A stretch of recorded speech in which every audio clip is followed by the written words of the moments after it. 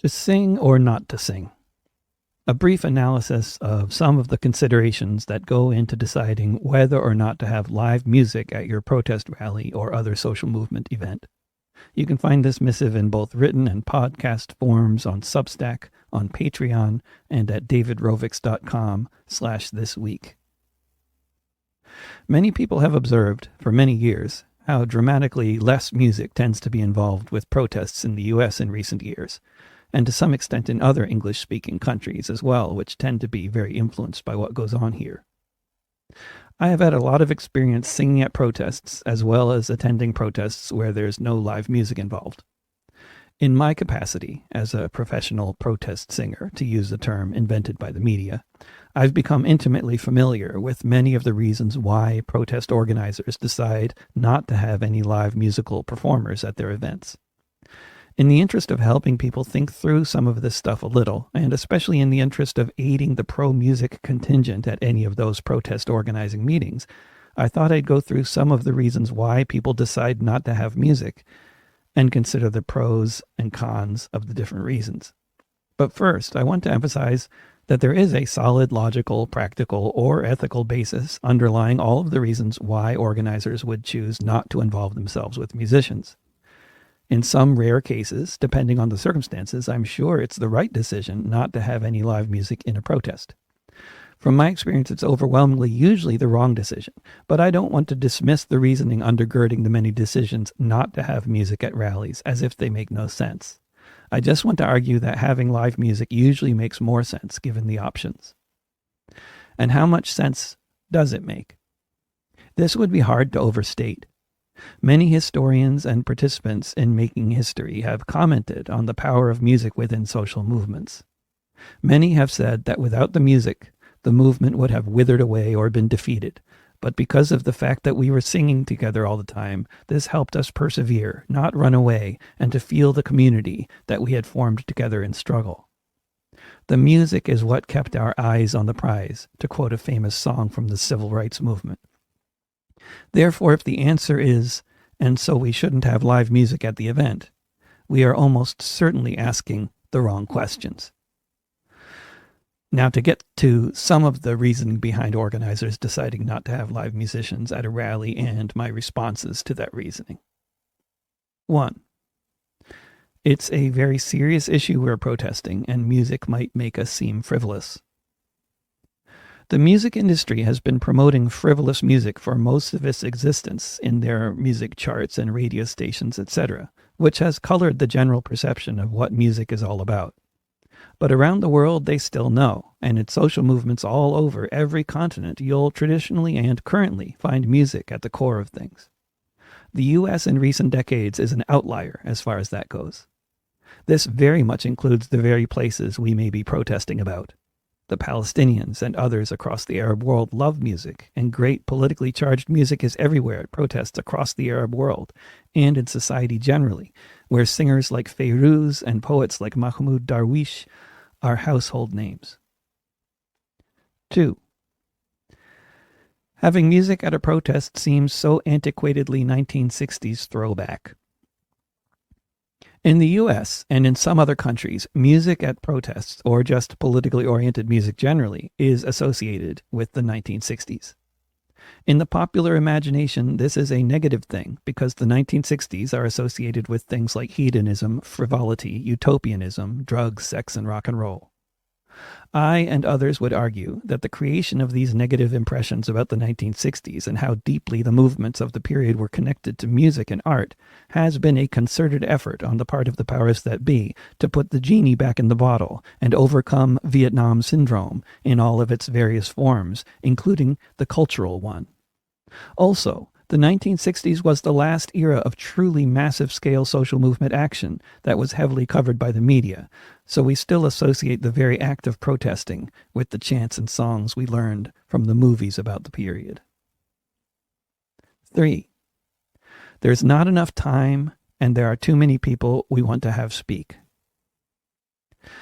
There are good reasons why organizers of a rally would want a representative from each of the different groups that may have been promoting the event to speak at it. From a certain perspective, that makes good sense. From the perspective of the impact of the rally on the assembled crowd and the prospect for the rally to be a movement building and community building exercise, this orientation tends to be disastrous and tends to lead to the cutting out of the music from the program. The question should not be how do we pack in all of these speakers, but how do we create a rally that will be memorable, powerful, moving, and community building? For a rally like that, as we see around the world currently and historically, most of the program should be music or other artistic forms of expression rather than speeches. 4. We don't have any politically oriented musicians around here. If the whole program can stay on message, that can be a really powerful thing. But if the only way to do that is to not have any live music, it's probably not worth what you sacrifice by not having any music. You can instead focus on involving good musicians, professional sorts, who are sympathetic to the cause. See what they come up with. If they know they're singing at a rally about a certain issue, they'll very likely come up with a cover song from somewhere that's relevant. You can encourage them to do that even. 5.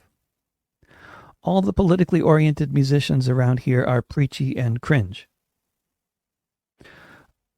Along with all the great musicians out there are also a lot of bad ones. As with programming any other kind of event, it's good if the people organizing it have an idea about the quality of the performers they might be involving in the thing. Just because someone wrote a political song doesn't mean they should be playing at your rally. You can still discern whether the individual is capable of tuning their instrument and moving from chord to chord with ease before you ask them to sing at a rally. If the only politically oriented musicians around can barely play an instrument and the songs they write are the verbal equivalent of beating someone over the head with a bat, skip them and have some other music in the program that may not be as on message, but is going to get the crowd moving a bit. 6. The musicians might go off message. Is it such a disaster if there might be a variety of perspectives represented on the stage? How much control do you think is necessary over every aspect of the messaging here? In general, the concept of artistic license is a very good one, and one that a lot of people are familiar with. Give them a break. As long as you didn't accidentally end up with some patriotic pro-war Nashville act, they probably won't go too far off message, and if they do, chalk it up to artistic license.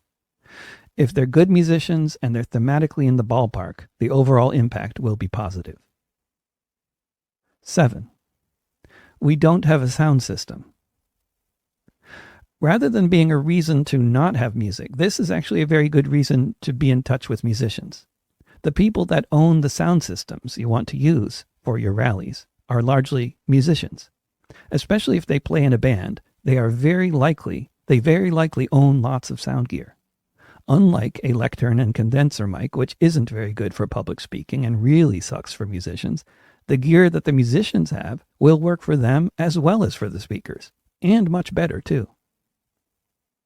8. None of the famous musicians want to play at our protest. Famous musicians are usually very careful about public displays of politics, lest they alienate a big chunk of their audience. For that and a lot of other reasons, they'll probably say no when you ask them to play at your protest. But there are lots of great musicians near you who are not famous, who can serve the role of the famous musicians would also have served, of playing good music and helping to foster a sense of community, make for an interesting occasion, etc. The famous musicians are great if you can get them, and may help with media coverage and crowd size, but if they're not available, there are much better options than skipping the music. 9. The bands want to charge, and we can't pay anything. Being an independent musician these days, perhaps more than ever, is a very expensive endeavor. A lot of bands can't afford to take time off, possibly rent a moving van, and do whatever else might be involved with playing at a rally for free. If you're able to offer something, even if it's far less than what they may be asking for, it can't hurt to tell them what's possible and see what they say. Otherwise, you'll very likely find good musicians happy to play for free, but it's much more likely there'll be a good solo act rather than a good band, because the solo acts have much less overhead, for one thing. 10. The solo acts, or other acts willing to play for free, skew towards the white and male, and we want to have a diverse roster of speakers and performers. This is a big problem, no doubt, and it's a big problem across the board in the arts in contemporary America for a lot of reasons, including an almost total lack of support for an industry that is under siege from so many directions. The ranks of those who can afford to be professional artists are getting fewer, wealthier, and therefore also more male and more white with each passing year, as demonstrated by tax filing data. If you want to have a more representative array of performers, you need to be able to pay people for their time. Otherwise, you end up with people who are well off enough that they can afford to play for free. However, if your choices are between paying a great multicultural hip-hop band that you can't afford, having a white guy with an acoustic guitar who is a good performer and will play for free, or having no music, the best option here is definitely not the no music option. The ideal option, which is the one likely to be employed in a place like Denmark, is to hire both the hip-hop band and the singer-songwriter and to pay them all union scale. 11. This is a protest in solidarity with Palestinians, for example, and we want to center Palestinian voices and have Palestinian performers, but we don't know any. There are lots of good things about centering Palestinian voices at a protest about solidarity with Palestinians, of course. There are also lots of great Palestinian musicians. Most of them are in certain parts of the world, however, and you often won't find any nearby, wherever you happen to be. Sometimes you won't even find any Arab musicians nearby of any kind. However, music that is related to the struggle at hand, whether it's performed by Arabs or people from another part of the world, such as your part of the world, can be at least as powerful for an audience, especially if the lyrics are in a language they understand, such as English. Great to center Palestinian voices, but if there aren't any around to center, the lack of Palestinians is a terrible reason to forego music of solidarity from non-Palestinians or non-Arabs. In conclusion, more music.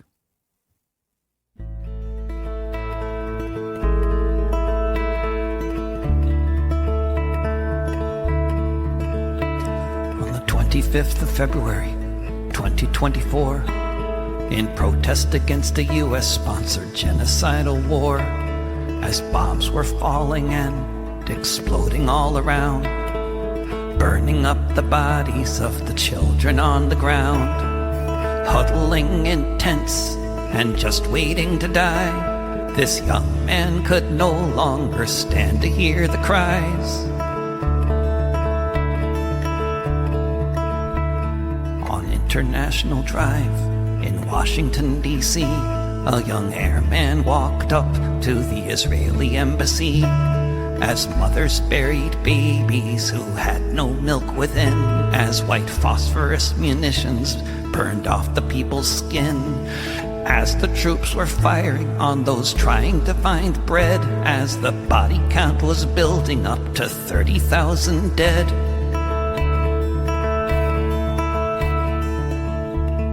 Dressed in his fatigues, there on Embassy Row, he announced into the camera this was where he'd meant to go, an act of desperation and one designed to share the horrors of the crimes being committed over there, like a mirror to the world, so no one could look away from what's happening in Gaza every minute of each day.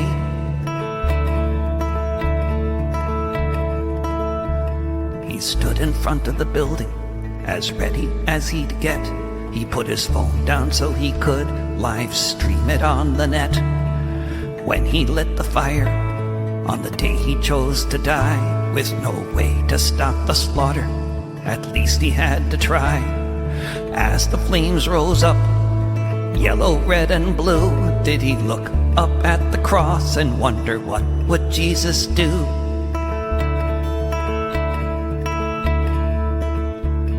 The Secret Service came to point a gun at Aaron's face. The airman didn't move, he just stood in place.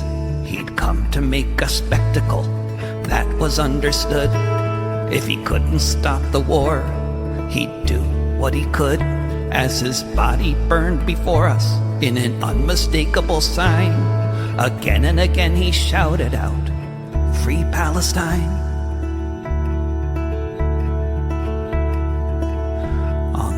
25th of February, 2024.